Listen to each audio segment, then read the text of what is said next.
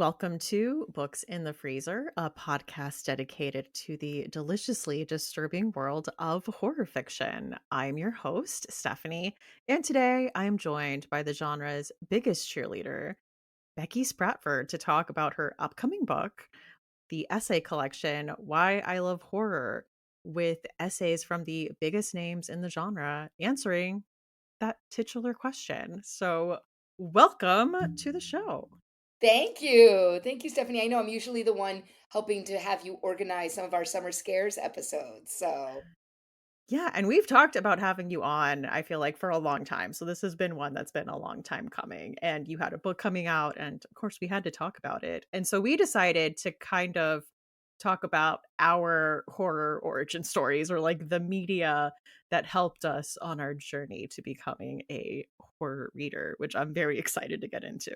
So, would you mind telling our listeners a little bit about why I love horror and where the idea came from? yeah, sure. It's so fascinating. I know you talked about me being the biggest cheerleader, and I totally agree with that. And I did that cheerleading through the library, for those of you who don't Yes. know. So, I've written actually, this is my fourth book. I've written three textbooks for Mhm. librarians. And so, what I do is called Reader's Advisory. I'm not Yes. going to go into all that because that would take an entire podcast. But Yeah. basically, I match books with horror readers. Mhm. I help libraries help match books with horror readers.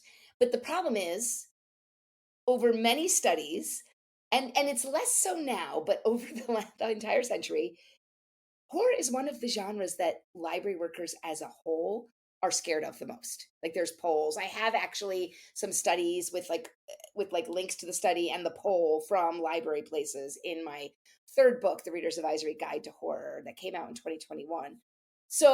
I have worked consciously since the second edition to sort of demystify Yeah. and make it less scary. So one of the lines in my book, in my other books, for librarians is horror readers are not monsters. They just like to read about them. Right. But Yeah. you laugh. But like when I say that to librarians, they're like, oh, you're right. No, Okay. I can tell you from experience as someone who picks up a lot of library holds, I get a lot of like, this is interesting." Or I checked out Now You're One of Us by Asa Nonami, I which has love like that book so much. but it has the bar of soap with like a black, you know, coarse looking hair on the bar of soap. And the librarian checking me out literally dropped it like it was contaminated. Like she held it up and was like, ew. I am so glad this book came up because it's one of my favorites that I bring up as much as I can for people to read. But yes, this is what you get. It's funny because when I walk in my library, obviously they know me, and they're the ones that like horror come running out to talk about all of it. So on top of reviewing books so that libraries would put them in their collections, every October I would do a 31 Days of Horror blog series, and I've been doing it since basically 2010 to coincide with when I was finishing up the second edition of my book. And I went back and looked, and it's so funny. I started by asking some of the people that like work at Booklist who I'd been working with. So I have this like very young headshot of Daniel Kraus when we were coworkers at Booklist and his story about why he loves horror, but I didn't call it that then. When we really looked at it, it's been about 10 years that I specifically started a series called Why I Love Horror. And what Yeah. I do is it's by invite only, and I ask people, and I just finished asking everyone for this year to write me an essay in 1,500 words or less of why they love horror. And I let them go with it. And the idea is I tell them you're writing to library workers because those are the people that read my blog. And the idea is I tell the library workers, I tell them, this is an example for me to show you somebody who loves horror, why they love it. So we have different examples so you don't think they're all just crazy and mean and like murderous, and because we're not, we're all awesome. Yeah. But also how they write, you get a sense of how they write. So after doing that for many years, I was like thinking about this as I'm starting to go through like a transition in my work life as well. I started in 2015 working for myself, training libraries, and then knowing that this year, 2024, was the year I was going to end 24 consecutive years of elected service as a library trustee. So as I was coming to that, I was trying to it was my time was over, and I was trying to figure out what to do next. So in 2023, right, in the winter, I actually reached out to my friend Sadie Hartman and I said, "So, do you think people would want to read Why I Love Horror if it was a book?" And she's like, "Oh my God, of course they would." And I was like, "But how do I do that?" And so we talked, and then I got in touch with Lane Haymont, my agent, who then got me in touch. We worked on it. First of all, I need to say the authors in this book, all of them said yes before we had a book deal. Wow. Before, like, anything, I said, "This is my idea. I really wanna get this out of the library world and into the hands of readers, because readers love horror right now." Look, they've always loved horror, but now it's okay for them to let love it out loud. And so I wanna get these authors into the hands of readers, but their story of why they did this to lead people to their books. And, they all said yes, and the ones who didn't say yes right away, or who said no, I guess, right away. But like Sylvia Miranda Garcia, she was like, "Becky, I would love to do this, but I am swamped. Good luck." And then the second it was done, she gave me a blurb. Like everyone was so kind.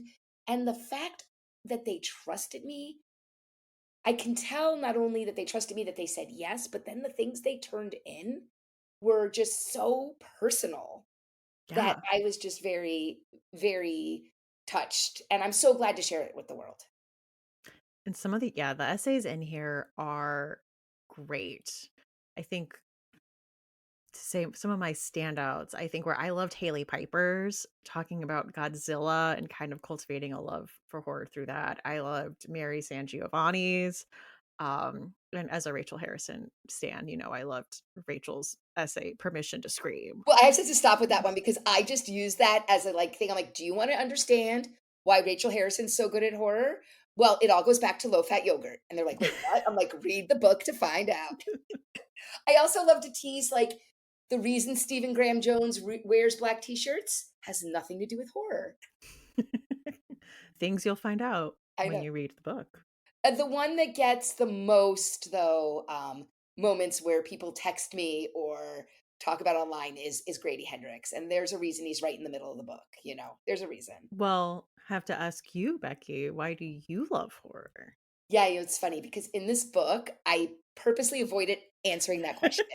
But here's why. Let me give a little why, and then I'll say why. Because I knew I'd be asked it when I went on book tour and promotion, so I'm ready for it. But I wanted the authors to shine, and the things I add to the book. I did write an essay about why asking why is important when you're working with readers. But then I also introduce each essay with a little bit about the author to help you if you want to read more. But I never, ever talk about why I love horror. So I have thought about this a lot. And of course, doing what I do, reading and reviewing horror for a living, it's always come up. And I always thought the answer was, I lived a fairly boring suburban New Jersey life growing up. And I started to realize, though, that as I got older and did readers' advisory work, I started to realize that, well, one of the reasons I was drawn to horror was because my life felt sort of like by the book. And these stories were all based on the emotions, and they allowed me to explore things like unease and fear and terror. And there was something just a little bit, naughty about it. And we'll Yeah. talk about that when we talk about the books that we really enjoy, because there's a lot of that there.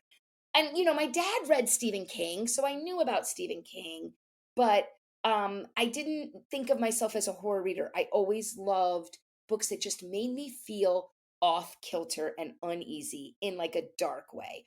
And I thought, oh, that's just because I lived like a regular life. And then as I was working on this book, I started to do a little more digging. And about a year or two before I started working on this book, and maybe this is why I wanted to put the book out, and I've gone back and thought about it. I went through an experience that was extremely moving and unsettling and was really about thinking about who I am. And that was to apply for and receive Holocaust refugee reparations citizenship to the country of Austria. So the country of Austria was offering this citizenship to people up to three generations whose families were impacted by having to leave their lives behind because of Hitler. And it's like the country is doing this, right? It's really Yeah. hard to get Austrian citizenship. My Austrian attorney's kid is not an Austrian citizen. I need to just make that very clear. Like, Wow. he is, again, I'm a big proponent of birthright citizenship in America, right? But until this happened, I thought everyone had it. And this is, before now. Like, this was like 5 or 6 years ago. And his kid was born there, but him and his wife are British and Italian. So the kid is British and Italian, that they were doing this, and it was a process, right? We went over there. We didn't have to, but we did. We got to see where my family lived and all of these things, but really connect with the place and the really think about the place where my story began, but also it could have ended. And so there's a lot in that, which made me then reassess how I grew up. And I came to the realization, I laugh because it seems funny now, but most people, I just turned 50 this year. So my grandmother came to America when she was 12, and they were very well off, and they came over like on the Queen Mary. So when I was on the Queen Mary for StokerCon, that was really moving for me as well, in 2017. And they didn't have to leave behind their comfort. Like, they had Christian friends who brought their stuff over. But so you think, oh, I don't have, like, there's no horror in my story. But then I realized growing up, we were in a family that talked openly about everything that happened. We talked about the people who didn't make it out, right? My great grandfather always lived with the emotion of he couldn't force his sister to leave because she didn't believe anything was going to happen. And every family has a kooky aunt, but our kooky aunt was kooky because she was locked up in a convent and hidden in the basement, right? And I just thought everybody's kooky aunt was kooky for that reason. And so death and murder and real talk in my family with my grandmother, who I was very close to my whole life, I realized it puts this sort of, not pall, but this like veil of real life horror into a life that I just assumed everyone else had. So maybe I had a comfort with dealing with those emotions that made it easier for me to get into it. Yeah, I could see that. That it was something you guys talked about openly and that you had kind of already dealt with in a way.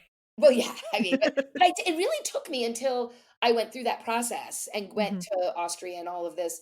And then I really was looking at places to sell essays about the process. Like, where could I write like a story about this? I really want to share these emotions. And then it just sort of naturally flowed into getting why I love horror out to more people, but not Mhm. making it about me because I had my experience of figuring it out. And I'm hearing so much feedback from people who've read the book early that, like, it doesn't just rekindle their own love of horror, it helps them to think about why it's so important to them. And it is cathartic for many people, as you know, doing this podcast. Yeah, absolutely. I think that is something people will take away from the book is having it be a reason for introspection to ask themselves the question why I like horror. What would be my essay in here? What would I write about? And there's people, it's so interesting. You're absolutely right. Not only do people ask themselves the question, and I hope it spurs people to write their own essays about it and think about it and find new authors who they connect with for similar reasons, but also like to read someone like Victor Laval, right? Who's one of the top authors in the genre, both critically and with readers. And his entire essay is how hard he fought against writing horror. And looking back, he's like, "Man, I was a moron." I mean, he didn't say it that way. He said it much more elegantly, but, like, that's the thesis. Like, I literally missed the signs. That is one I think that will, especially people who are, aspiring writers will really like that one. But the thing is, this is for readers, and everything else I've done has been for librarians, so I really love that I'm going directly to the readers and not only, like, showing them why people love horror, but giving them a little snippet of their favorite author in a new way, and maybe introduce them to another new author. Yeah, absolutely. I could see that. So we're going to be talking about some of our books on our journey to being horror readers, but I wanted to ask, what was the first horror movie you remember seeing? Yeah, I mentioned I grew up in New Jersey, and it was, like, so typical, as I said, so sleepovers and all that in the '80s, and the early '90s, but we had a house in the Poconos, and so we would be there all summer, and it was like pure Gen X stereotypes, completely unsupervised kids on bikes for the entire summer. Like, we could be a horror novel, our crew. Like, we got on our bikes in the morning, we went to all our things, we came home for dinner, and then we went back out at night. And so, of course, there were no dads around a lot. It was very stereotypical. There were no dads around during the week, and there was one video store, right? Because it was like the mid to late 80s. So one kid would always like the mom would let us come to their house every pretty much like 2 nights a week, and whatever movie you want, kids, just don't bother us, like, right? And so somebody did Nightmare on Elm Street. I think it was soon after it came out, the very first one. And I had seen horror movies at like sleepover parties before, but this movie, like, you're with your friends and you're joking around, and we're a range of ages. Like my sister was with us 2 years younger, so not everyone's watching. Some people are talking. I was mesmerized by this movie. Like, I could not stop looking at it. We also watched, like, the Pinhead movies that summer and a couple Jason movies, and right, and, like, Halloween. This was the one that got me, and I since have gone back and realized, because I really love the supernatural elements of horror, and this is the one that has that heavy supernatural. But the imagery, the sleeping, like, I could literally see it happening in a way that I don't know if I could see like a slasher as much. And I couldn't get enough. Like, I still think about it. If and the second you ask me my favorite horror movie, it's always Nightmare on Elm Street. It's forever gonna be Nightmare on Elm Street. There's no other right answer. I mean, it's a good answer. I Yeah, if I was at a sleepover, I don't think I could talk during Tina's death scene. Nope. Like, I would be eyes glued to the screen, like, "I'm sorry, I'm not listening to you." And like I was literally like, shh. Like, Absolutely, I have to stress this was like an every couple nights a week thing. So like we normally just had them on, and often they Mhm. were background noise, but so I can visually remember. Like, I can see myself in this person's house. That's how important it was. That's funny. I Of my, like, group of cousins, I was the, like, youngest one and the only girl, so they did bully me quite a bit. It's fine, I feel like I'm better for it. But they had me watch Nightmare on Elm Street 4, Oh, which, like, quality-wise, not as good as the first one, but had so many images on there that have haunted me, and a few that I thought I had dreamt up until I watched it recently, and I'm like, "Oh, no." Freddy Krueger, like, opening his shirt and having, like, sausage ghost things popping out like pizza out of his chest was in the movie. I didn't make that. well, it's funny you bring that up because there's something in, I think it's Clay McLeod Chapman's essay about something he thought he made up from a famous movie too. So that's a great segue. But also, and that's the problem with Nightmare on Elm Street that I don't think some of the other franchises did as they did. They aged better. Like the Nightmare on Elm Streets, like the first one has just the right amount of like graphic scenes and Yeah. like let your mind sort of get follow into this story and get into this world. Yeah. Absolutely. Sorry for that though, Stephanie.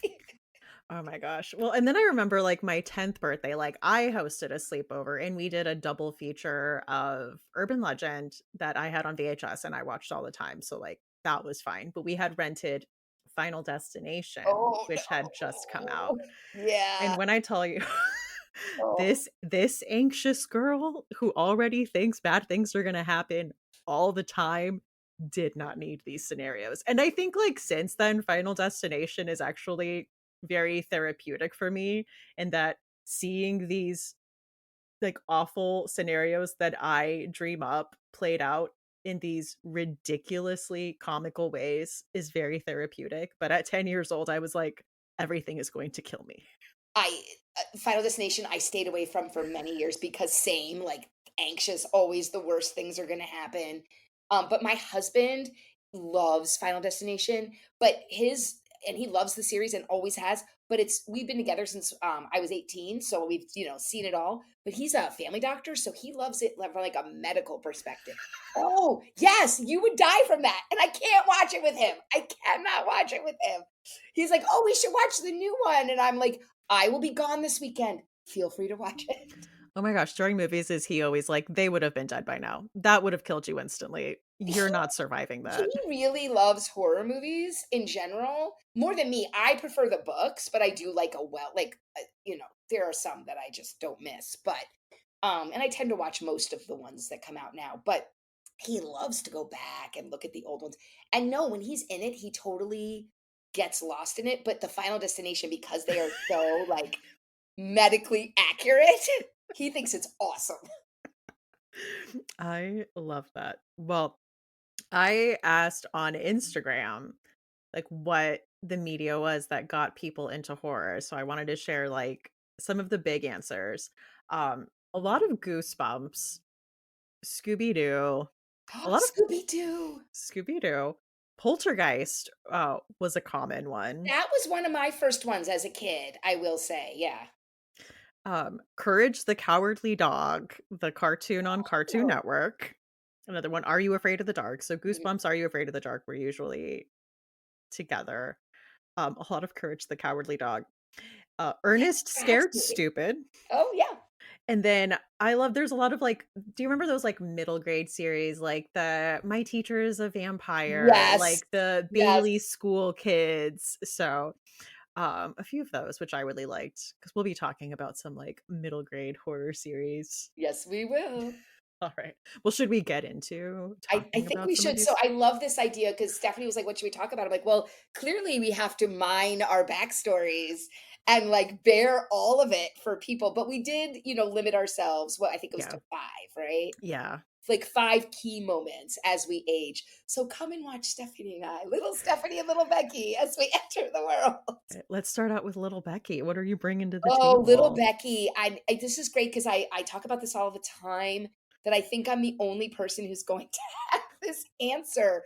But it is Shel Silverstein, specifically Where the Sidewalk Ends. Now everyone's gonna be like, wait, what? This is not the Giving Tree, people. Don't, that is a bunch of hooey. Where the Sidewalk Ends, I was obsessed with. I cannot stress enough. Now, remember, little Becky was too young for Goosebumps. So, Goosebumps didn't come out till I was a little bit too old for them. I read them later. But Where the Sidewalk Ends, I literally have my copy next to me. It is falling apart. And this is the one I bought.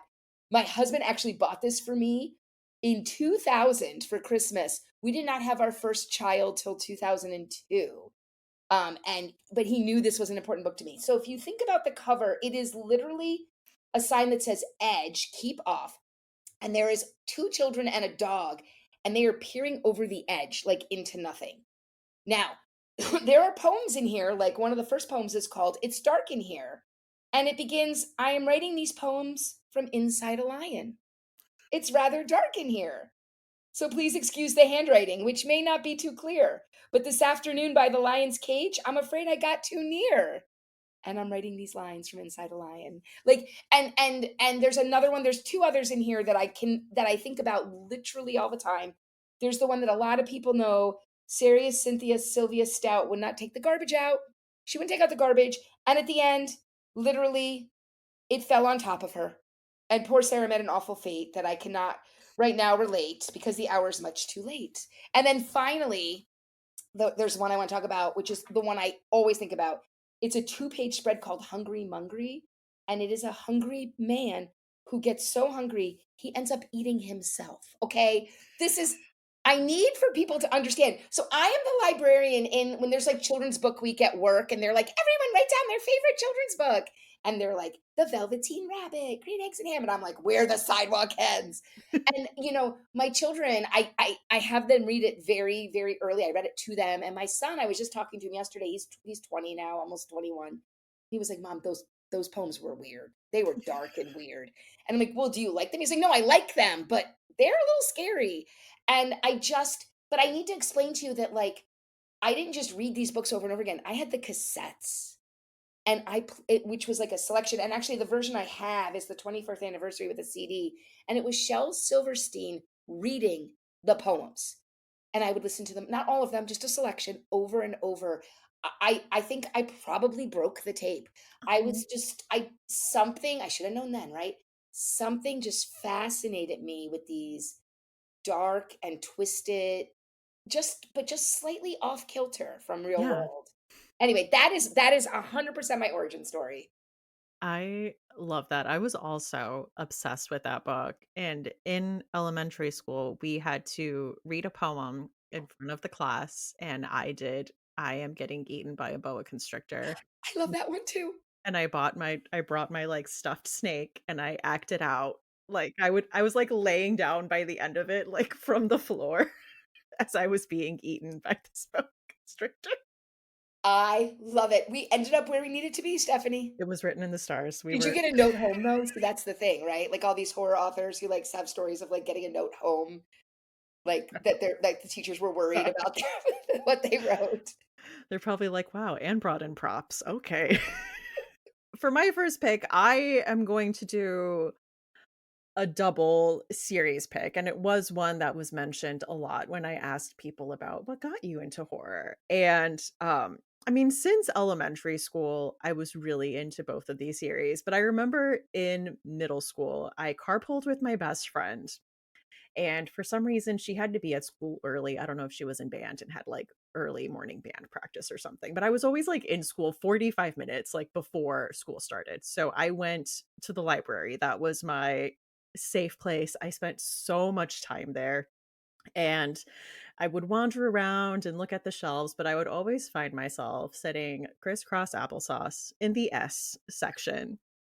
Yes, for R.L. Stein and Alvin Schwartz, because I was obsessed with both Goosebumps and the Scary Stories to Tell in the Dark series, and specifically the Scary Stories to Tell in the Dark series, because at least the first prints were these small snippet urban legend stories, but they had these incredible illustrations that were so haunting. So I just have so many memories of like sitting there with my backpack, like my back to the shelf on this library wall, just flipping through these morbid illustrations while getting my brain ready for like another day of sixth grade. I mean, it seems appropriate. It's funny, we both picked things that have like creepy illustrations. Yeah. I actually am going to get to interview R.L. Stein for all the Illinois libraries on a virtual event in February, and I'm very excited. He was at the American Library Association a couple of years ago when we were in DC, and he was taking questions, and the number of people who came up to say he literally saved their life. Mhm. And most of them were either people of color or they identified themselves as LGBTQ. And his graciousness, he's like, "No, I am glad I was there." Like, he let them all speak their truth, and he was so glad he had been there for them, and he was sorry, like, that they didn't have anything else, and, oh, that was one of the most powerful things I've ever seen in my life, and I just got to watch it. Oh, that's so lovely. He seems so gracious. And I am doing a Patreon series now where I'm doing all the Fear Street books in order. And I've really never read them. So it's me and a guest like going through these for the first time. And it's been a ride because some of them are just bonkers. Yes, but he definitely has an imagination. He does. Like, I'm like, the FBI, cults, okay. In this small, like, Ohio suburban town. I love it. Oh, and now we're gonna go to our preteen years, I guess, Yeah. and teenage years a little bit. So, again, I have it's just so fascinating to me, and I found when I share this next one, I get a lot of women my age who are, like, co-signing what I have to say, because, again, Oh, yeah. we Stephen King was there, right? So I was what, 10 years old in 1985. So then I was, and we're talking about just the late 80s now. I know, again, the age of this book is important because I know that I was before my bat mitzvah because we moved out of the town I grew up in, Flemington, New Jersey, for anyone who knows New Jersey, to move north to Morris County after that, after eighth grade. So I know it was before my bat mitzvah. And I also know this because the only time I would go to the mall without my sisters, I have two sisters, was after when I had late Hebrew school. The year you're getting ready for a bat mitzvah, you have more place times to go. And so my dad couldn't bring me home right around bedtime for my baby sister, who's like 7 years younger than me. So we would go to the mall because it was New Jersey. And where else do you go? So we would go to B. Dalton and he would just let me go look. And every once in a while, he'd let me buy a book. So I knew he liked Stephen King, but like that was a guy, like, writing stories that my dad read. So, like, to me, it wasn't, like, cool, right? My dad read it. That's so But I funny. saw where Stephen King was, and in that B. Dalton, it was in a section called Occult. I mean, remember that day? There was, like it was in the back corner, and this was classic New Jersey Mall in the late '80s. And I went there and I just started looking at books, and I found V.C. Andrews' Flowers in the Attic. And Of again, course. there are so many women who've come and told me, "Yes, that was for me as well." Like, but I fell in love with those books, and I'm gonna give full props to my parents. They never, ever censored anything we read. They believed that reading anything was fine. And so I was like, "Dad, can I get this one?" It's a because he said you can get one paperback. It wasn't every time. I went to the library quite a bit, but it wasn't every time. And one time he said I could, and I knew exactly which one I wanted with those covers that like the cutout, and then and I don't even want to start going into what that book is about because it'll change your rating on your podcast. But I was like, this was amazing. And then the next time I was allowed to get a book, like a month or two later, I picked the next one. I didn't even think they'd be at the library because to me they were like they only lived in the occult section of the bookstore. That is so funny. And yeah, that does seem to be like a very Gen X female experience. Because I remember like right after I had my son, I think like for my generation, I was like a young parent because then like the mom groups I was joining, everyone was significantly older. And one group specifically, they started talking about Flowers in the Attic, and the comment section of like that was my favorite book was so long.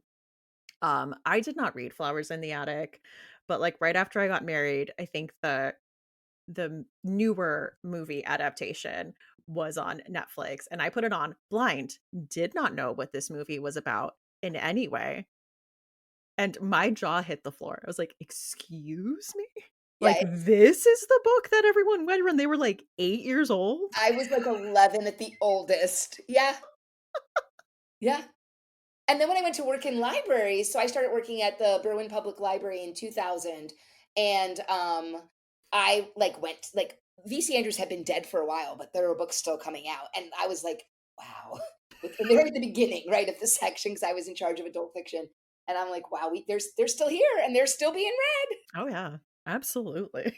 Yeah, going into my preteen years, it's funny because now there's that, like, trend on TikTok that's like, you're a mom in the 2000s, and it's like the Tuscan houses and having like the Bath and Body Works hand sanitizer dangling from your purse and listening to Nora Jones and having a coffee at Barnes and Noble. And I was like, first of all, that was my mom, minus the Tuscan kitchen house.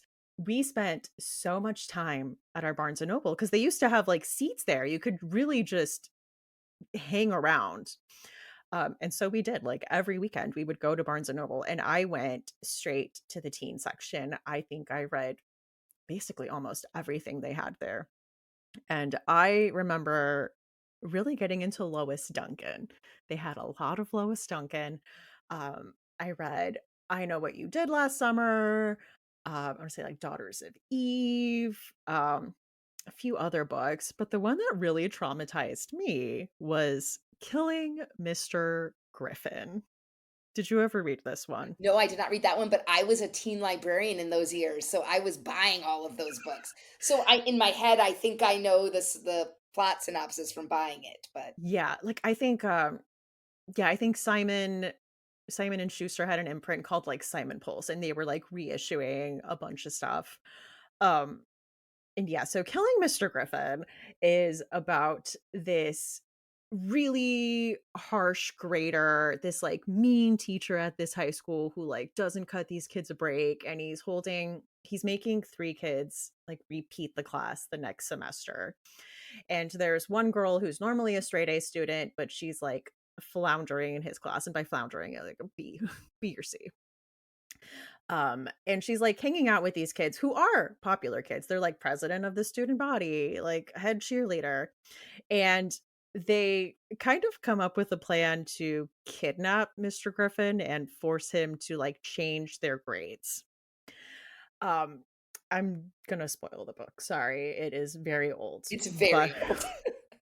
but he's married, he has a wife at home. I don't remember if she's pregnant. I think she might be I pregnant because feel that like just she might have been, but yeah, that just adds to this, like but, they kidnap him and they hold him captive, and he has a heart condition and doesn't take his medication, and he dies. And that's, like, halfway through the book. Then it's like they're, getting their stories straight, and they're trying to do this whole cover up, and at the funeral, the, you know, now widowed pregnant wife of this teacher, like, gives the main character, like, a paper where he tells this girl that she has like a lot of potential and like he's very excited to see her work and all this stuff. And so it's just like absolutely that was the first time I knew a book could hurt me. I could really like sit and just stare at a wall I after and it's reading. funny, so we talking about this, we both picked books by female authors geared toward young women, and I can't not reader's advisor this whole thing, so and be like the horror expert on appeal, but I there's something to be said for when they market to the women, to the young girls, the books didn't end up in horror sections. So when I was in the early 2000s, when I started working at the library, I was also doing the teen department. And we had like the Fear Street and the Goosebumps and the, was that other one, that Cirque de Freaks? Oh yeah. We had all those on spinners, right? Those were like, that was our horror stuff. But Mhm. the Duncan, she was hugely popular, but filed in with all the regular fiction. Interesting. And you can see that with a lot of these types of books, and same, like, VC Andrews was never really included in horror, but it's how a lot of women found horror because it was marketed to women. And Lois Duncan, same thing. Oh my gosh, so popular. I had adults coming in to get those books.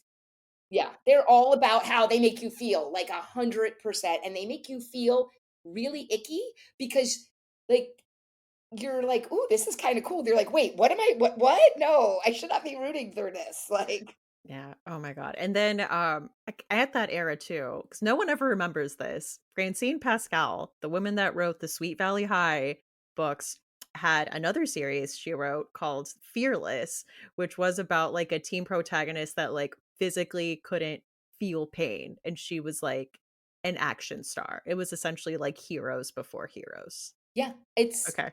I it's feel just like no one fascinating. remembers that.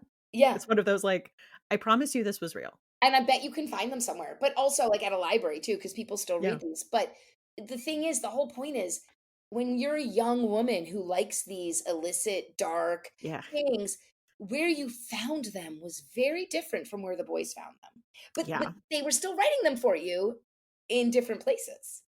That is interesting. Speaking of women, we go on to the Yeah. next one, right? Yeah. So, as I started to get a little bit older and a little more literary minded, of course, I was introduced to Shirley Jackson in one of those gifted and talented programs. I don't know if they read her now all the time, but I will not spoil the lottery if you have never read it. Oh, no. But like, that is the experience that every reader should have, is to read The Lottery.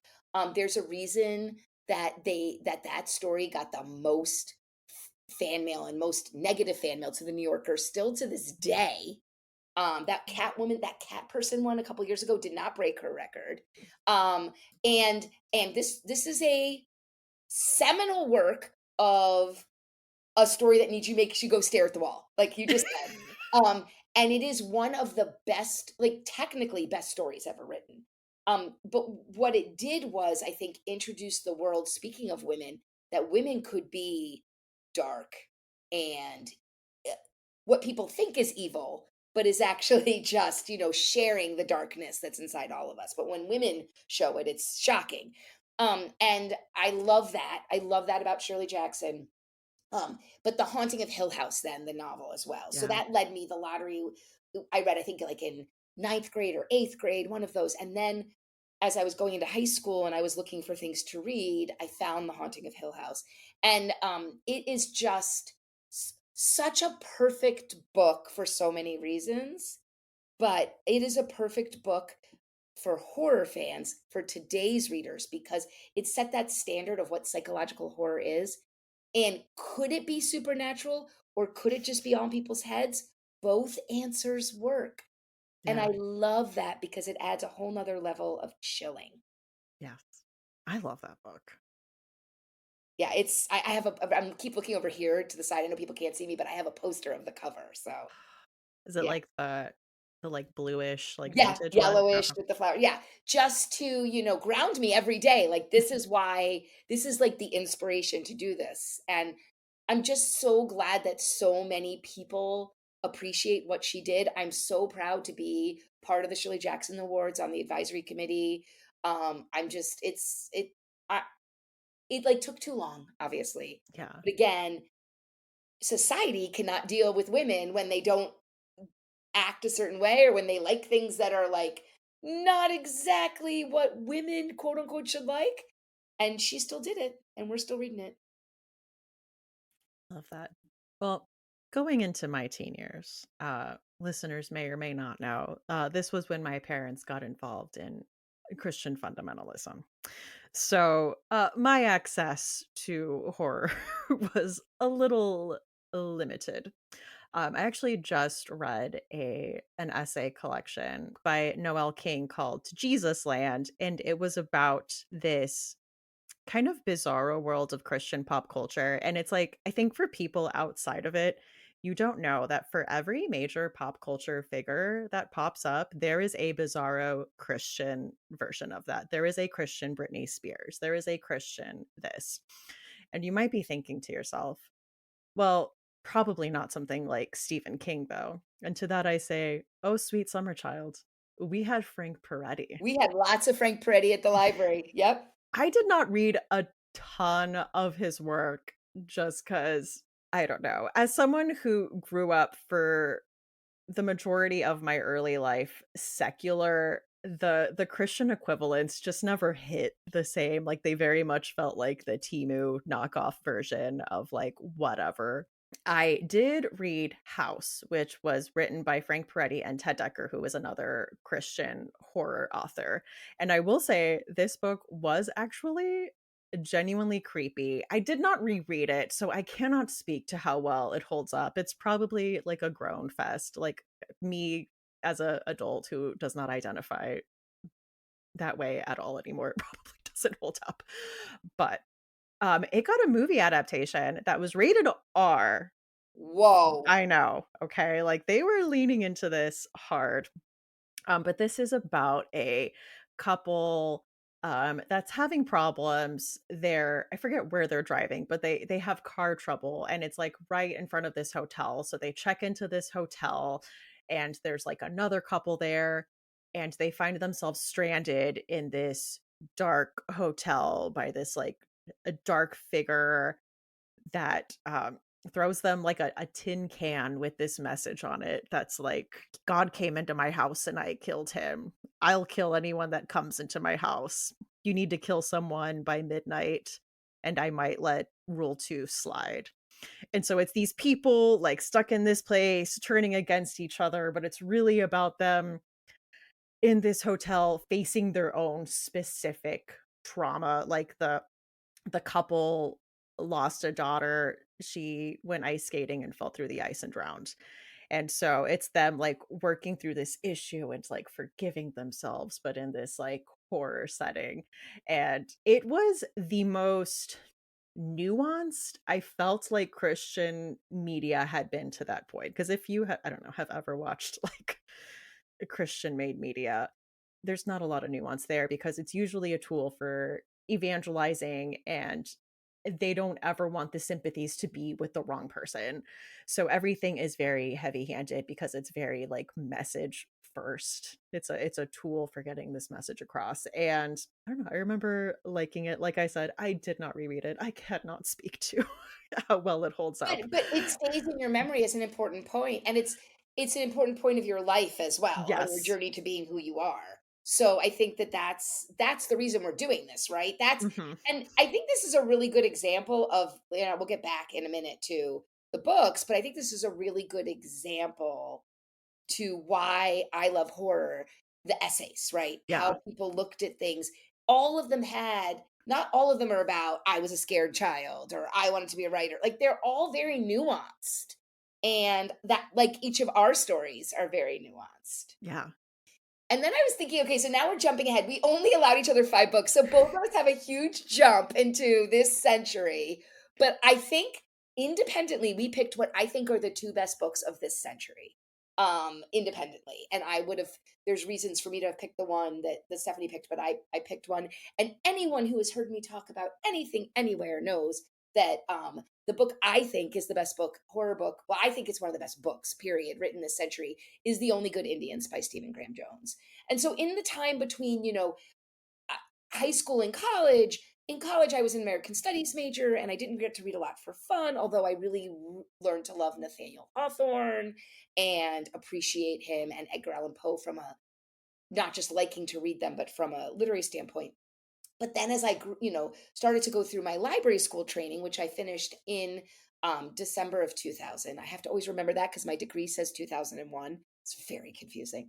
But I was starting to get more back into horror, and so I feel like though the Only Good Indians is one of those moments that is the now, like where horror Yeah. now jumps off, as well as the book that Stephanie's going to talk about as well.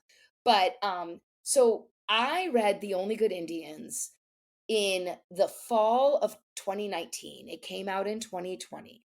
But again, I read super early for review. And I read The Only Good Indians, and I had read and loved Mongrels. I was a huge proponent of Mongrels. I had read some stories by Stephen Graham Jones. Um, but this story, it has everything a horror story needs to have. It has revenge, it has horrors of the outside world, of growing up native in the world, but also like the violence in the world against everyone, and there's still love and hope at the end. Look, there's a mangled dog. I tell people that up front. You got to get over that. Like, it's there. If you don't want to read it, fine. There's some really gruesome scenes, but there's also this hope that like Yeah. the next generation's gonna do better, which I love. Anyway, I love this book. I have reviews you can read. I have things I've written about it. And when I finished this book, I was literally one of the first people to read this book. And the first thing I did when I finished it, after taking a deep breath, and I was like, I just think I read one of the best books I'm ever going to read. Instead of like writing that down, I texted Paul Tremblay, who had been my favorite. Like, he had like the last couple of years the best book of the year in my opinion. And The Cabin at the End of the World is amazing. And so I texted him and I said, I said, I haven't read your 2020 book yet, but I think I just read the book that's going to be the best book of the year. Sorry. And he went, you just read The Only Good Indians. So like this was not like, it wasn't just me that got blown away. Yeah. And I think that helped me like realize. And of course we now see Stephen Graham Jones being the voice sort of this generation. And there's a reason his essays last in my book, both because of how he wrote it and why. And really Brian Keene is first and Stephen Graham Jones is last. And there's a reason, right? They are the bread of this sandwich that this book is. But I knew when I read that book that something different was going to start happening with the genre, that we were going to be able to tell stories that were supernatural horror, that the scares and the kills and the all that stuff we know was done well, but that there was this real life story behind it. There were things that you could feel in your gut that weren't just monsters, that you understood. I mean, the fact of like everybody's had a transgression when they're a kid that Yeah. they later have to have ramifications to play back for, to come to. So, anyway, that's mine. Oh my god, I love that book. Ah, just like there are so many scenes from that that have like haunted me, like ceiling fans and Ceiling fans! Totally ceiling fans! I know we're gonna ruin everybody. I always I say know. that. Yeah. I like to say about that book, you're not gonna love it while you're reading it. It's going to give you so many emotions, but when you finish it, you're going to be so glad that you went through it. So yeah, then moving forward, this is my out of college, married with a baby era. This was a time where I felt like I had to find myself again. Like I was, I had moved away to where I live now, Pittsburgh, from California. Like I was outside of college. I was away from my friend group, from my family, and I really wanted to get back to my reading roots. And I remember just feeling really lost for a bit. My pre-college memories of reading were YA, and I remember trying to read a YA book as like a 24-year-old woman, and I'm like, this just I can't get into this. It's not for me. And this was during the like dystopian craze of like Divergent, and I was like, I can't. And I was watching a lot of BookTube, and I started making BookTube videos myself. And I remember somebody was holding some kind of a contest, and I won, and they mailed me a mass market paperback of It by Stephen King. And I had never read Stephen King because, like, when I was a teenager, I was reading teen stuff, and my parents were deep in Christian fundamentalism. And I think that's the one name they knew. Like, no, you're not reading Yeah, no, Stephen on the King. no list. Absolutely not. Um, but I remember with my cousins watching the It miniseries. So I knew vaguely what it was about. And I could not believe how sucked in I was to this, 1,000-page story. I was so invested in all of these POVs. I remember being so surprised that I was even invested in the library clippings. Like, I was like, oh my gosh, there's also horror in here, talking about like explosions happening during Easter egg hunts and children's limbs being found in trees. And I remember thinking, like, I think I like horror because I want more of this. And I remember years later picking up A Head Full of Ghosts by Paul Tremblay and loving a book in a way I did not know could be that I could love a book. Just the absolute ending that had my jaw hitting the floor, but the whole time just loving every minute of it, not knowing what was going on, loving this moody atmosphere, loving this like reality TV angle exorcism, what's real, what isn't. Like I was constantly going back and seeing if I could find evidence that went like either way. When I started the podcast, I remember Paul said yes to coming on like pretty early, and I was like trying not to fangirl the entire time. I think I had like very specific questions like, about the book. Like I was an absolute And did you go, fangirl. "I need to know the answer," and he's like, "Nope, there is no answer. The answer is whatever you want." It drives people absolutely wild with him.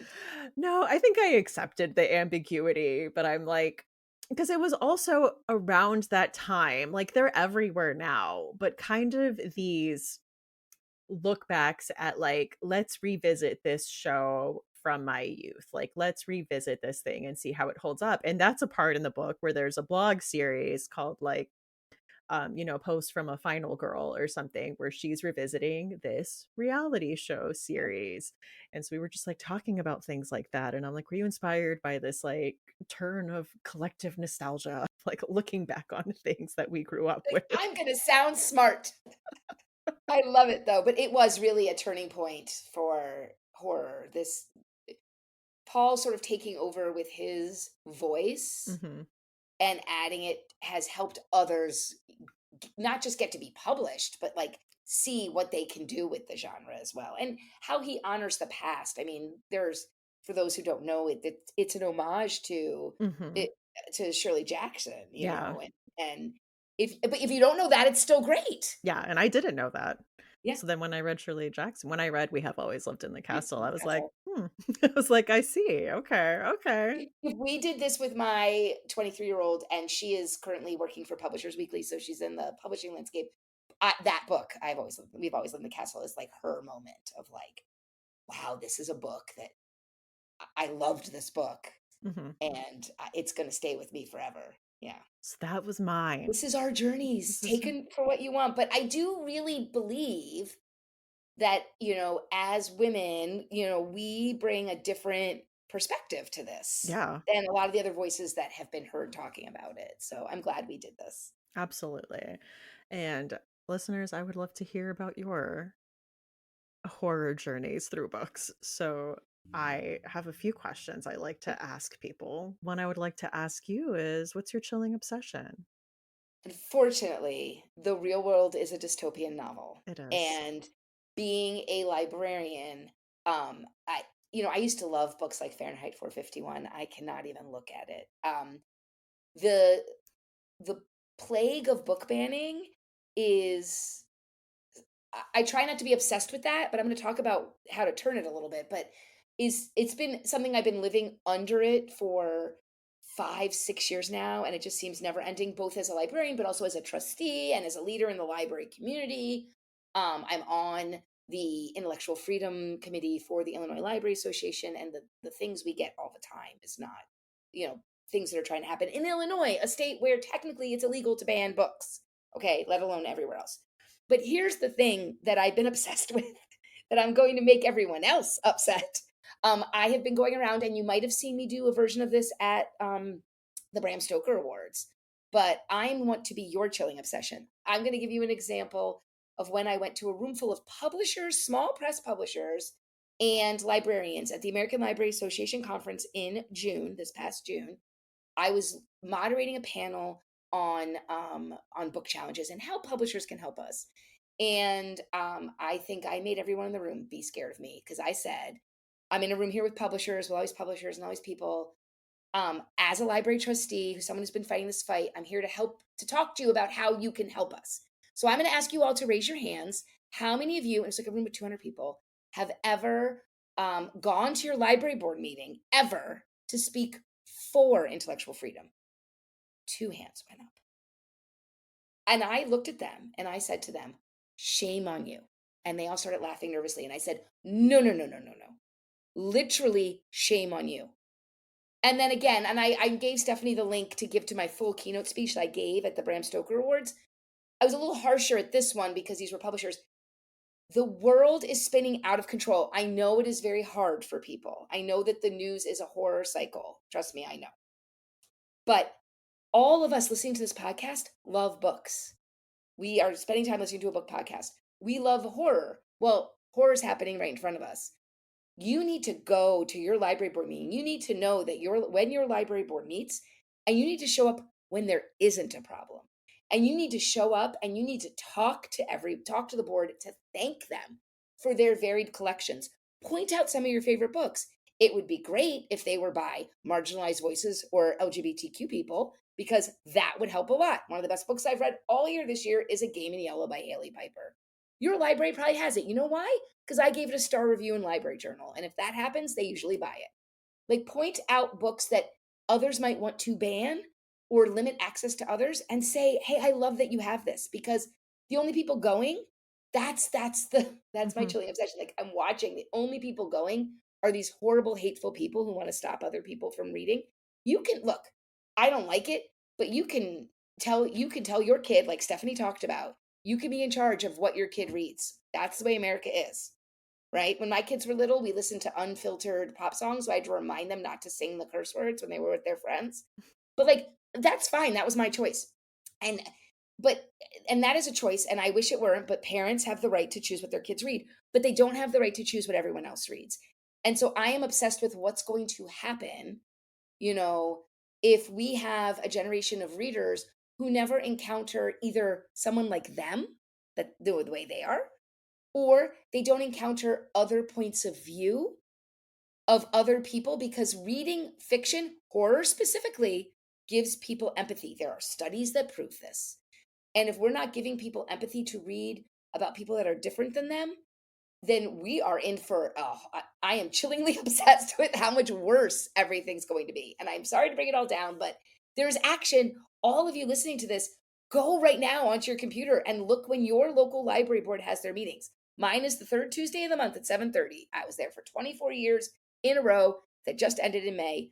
I still go back to meetings. I've been taking a break now, but I'm going back in September. I didn't want to crowd them right away with the new board.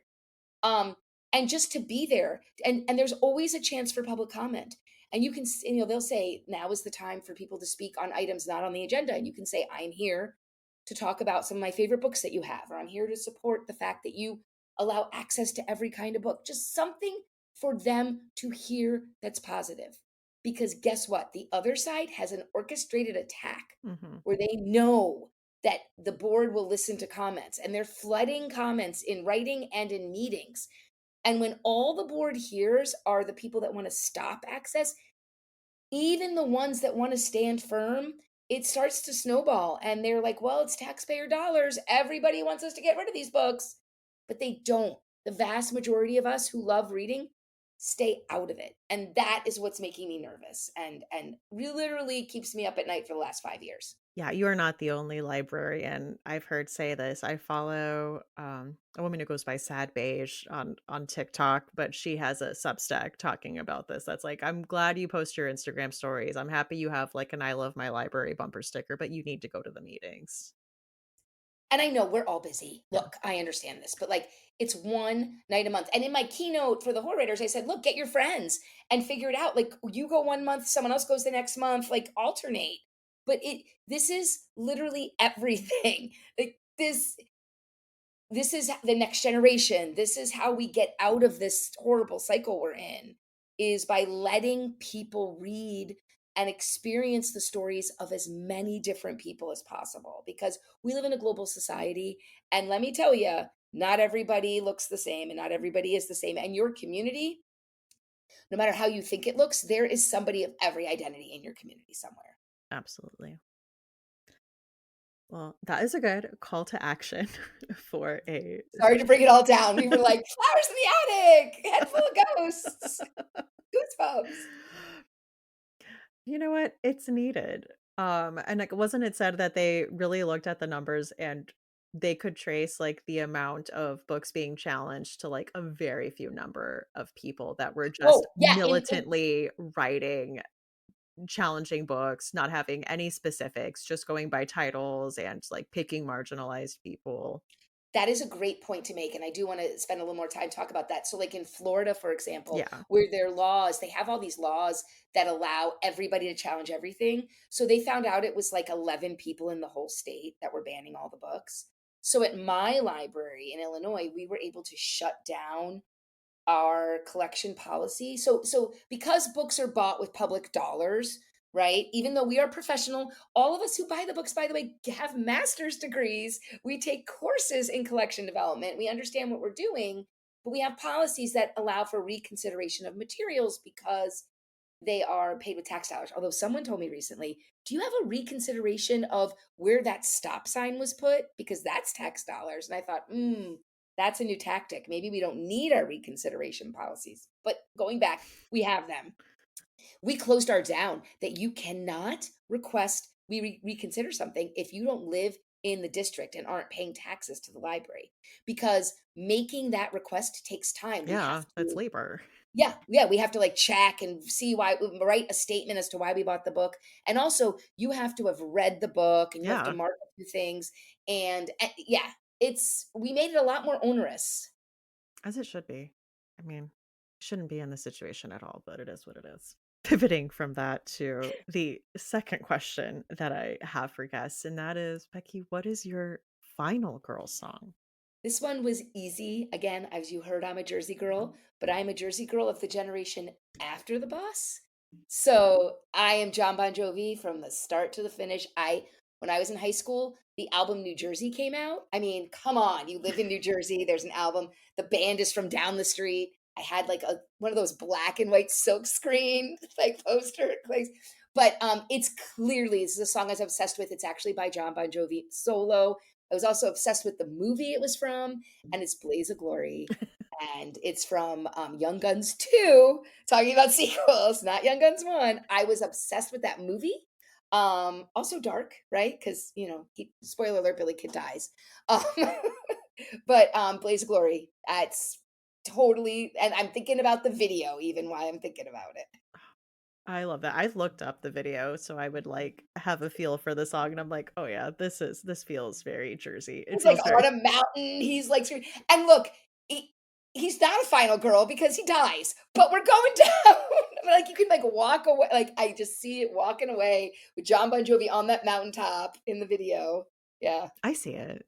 I see it. yeah. Well, Becky, thank you so much for coming on here today and talking to me about why I love horror and our horror journeys. Where can people find you online? People can find me online, Blue Sky at RA for All, but mostly all the work I do is on my blog, RA for All. I just look it up, and RA for All Horror is specifically the horror blog, where I talk about books and I talk about issues that are in libraries. So if you want to understand what libraries are going through and how we do the work we do, that is the place to find me. I find it funny that like it's in library textbooks, but and then I'll be around. I'm going to be around traveling this great country all fall. So come see me at a couple places, lots of libraries Yeah, I'll be at. of Yeah. course. Gotta hit up the good places. Well, thank you. Oh, you're welcome. And I cannot wait for our next year of Summer Scares podcast too. Yay! Have you Even guys though I'm started not on them, planning I'm always, already? oh, it's exciting. Books in the Freezer is a bi-weekly podcast. We post episodes every other Tuesday. You can find us on Instagram, TikTok, Threads, and Blue Sky at Books in the Freezer, or send us an email at booksinthefreezer@gmail.com. Show notes for this episode and all previous episodes will be at booksinthefreezer.com. If you would like to support this podcast, there are a few ways to do that. One of them is to become a Patreon supporter at patreon.com/booksinthefreezer, where there are different tiers of support with different perks. You can get things like early episode releases and even access to the new Fear Street bonus series if you would like. So again, all that is at patreon.com/booksinthefreezer. There are also affiliate links to bookshop.org and Libro FM and Fangoria available in the show notes. And if you're looking for a free way to support the podcast, it's as easy as sharing on social media. Tell your friends about it. Interact with the episodes, even leaving a comment on Spotify. Tell me what's the media that got you into horror. All of that helps. I have been your host, Stephanie Gagne. Thank you so much for listening, and see you next time on Books in the Freezer.